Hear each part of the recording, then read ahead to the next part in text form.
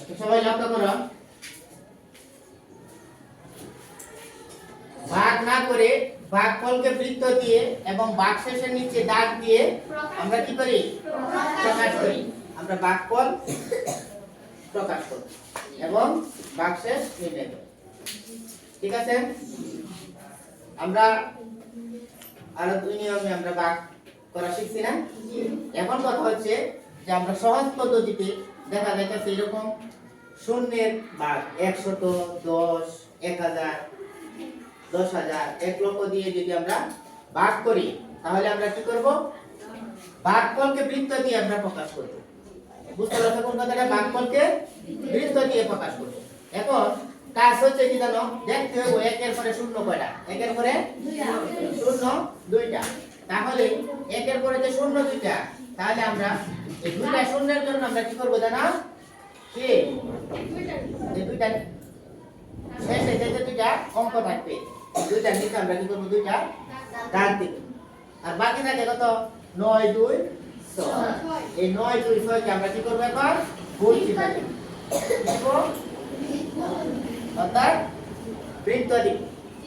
ঠিক আছে, গুণ চিহ্ন বা বৃত্ত। এখন এই 926 হচ্ছে ভাগফল, আর হচ্ছে কি 0,5 তো যখন আমরা 0,5 লিখতে যাবো বাক্সে, তখন তো পাবে যে শূন্যর কি দাম আছে, তখন আমাদের শুধু বাক্সে থাকবে কত? 5। তাহলে লিখবো আমরা কি? ভাগফল 926 এবং ভাগশেষ কত? 5। ঠিক, তাহলে ভাগফল কত পেলাম? ভাগফল 926 এবং ভাগশেষ 5। ভাগশেষ 5। ঠিক তন্ত্র এখানে আমরা শূন্য কয়টা? একটা। এই জন্য আমাদের কি করতে হবে? এখানে আছে এখানে শূন্য, তাহলে আমরা শূন্য নিচে আমরা কি করলাম? একটা দাগ দিলাম। আর বাকি যে অঙ্ক থাকে কয়টা? একটা, দুইটা, তিনটা, চারটা। এই চারটা অঙ্ককে আমরা বৃত্ত দিয়ে আমরা প্রকাশ করি। তাহলে এই বৃত্তর ভিতরে যা আছে এটা হবে ভাগফল, আর শূন্য হচ্ছে ভাগশেষ। আমরা জানি যদি শূন্য থাকে ভাগশেষ তাহলে আর লেখা লাগে। ঠিক আছে, তাহলে আমরা কি লিখব? শুধু ভাগফল 6,768। ভাগফল কত পেলাম? ভাগফল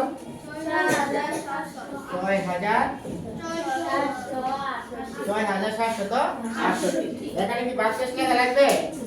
লেখা লাগবে না, কারণ এখানে ভাগশেষ আছে কত? ঠিক আছে।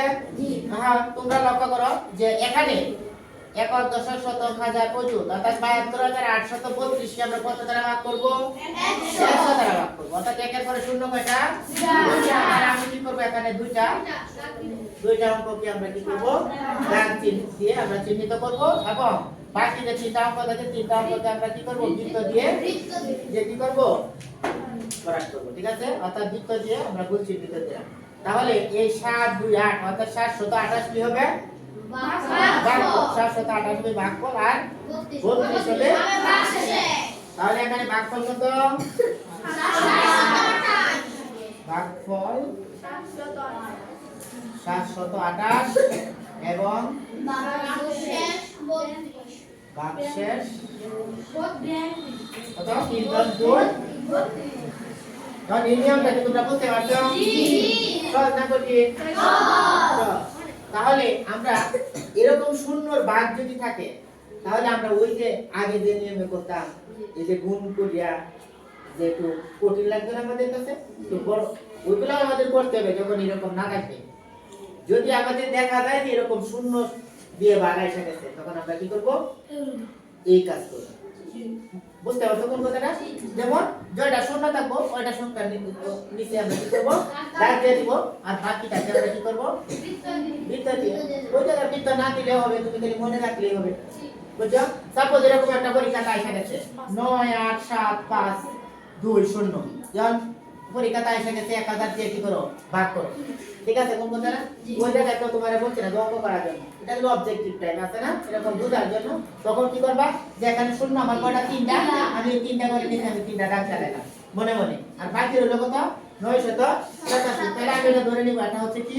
ভাগফল। এটা হচ্ছে ভাগফল। আর এটা কি? ভাগশেষ। এটা হচ্ছে ভাগশেষ। বুঝতে পারছো? জি। তাহলে ভাগফল এবং ভাগকে আমরা এরকম ভাবে কি চিহ্নিত করতে পারতাম না? তাহলে কঠিন না সহজ? ঠিক আছে, তাহলে আমরা এরকম ভাবে সহজে আমরা ভাগফল নির্ণয় করতে পারবো। একেবারে 10 সেকেন্ড লাগবে না, ঠিক আছে? একেবারে 10 সেকেন্ড লাগবে না। আমি এখন একটা লিখি, তোমরা দেখো 9 8 5 4 2 0 ভাগ হইছে। এখন দেখো যদি বলি এখানে ভাগফল কত, ভাগশেষ কত বলতে পারতা না? বলতে পারতা না? এখন বলো তো ভাগফল কত হইব? 1 কে 0 কটা?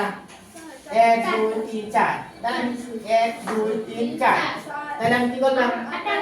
তাহলে কি 98 বের করতে কি আমার বেশি সময় লাগবে? না, 5 সেকেন্ডে আমরা করতে পারবো, ঠিক না? তাহলে ভাগফল হচ্ছে 98 আর 5420 হচ্ছে 5। এখন কে বুঝছো না? বুঝছো, সবাই বুঝছো? তাহলে এটা এরকম করলে পারবা? জি। আচ্ছা আচ্ছা, ধন্যবাদ। তাহলে আর কোনো সমস্যা নাই এই ধরনের বাজার। বুঝতে পারছো তো সবাই? জি। যদি না বুঝো এখন আবার বলো।